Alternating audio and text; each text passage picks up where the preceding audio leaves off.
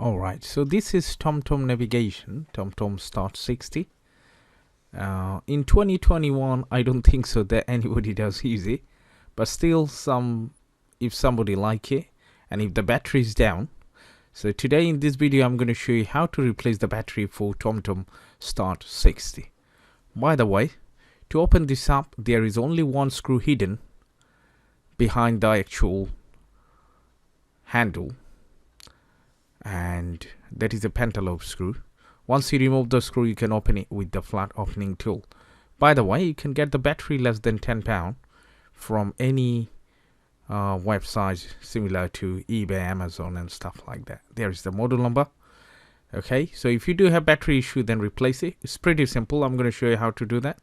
First of all, we need to take out the actual screw, and then we're going to take it apart like that. Okay, remember, before you pull this out, you have to be careful because there is such a big flat display flex which one runs in both sides, I mean on the back cover and the front panel. Okay, so before you make too much gap, you have to be careful.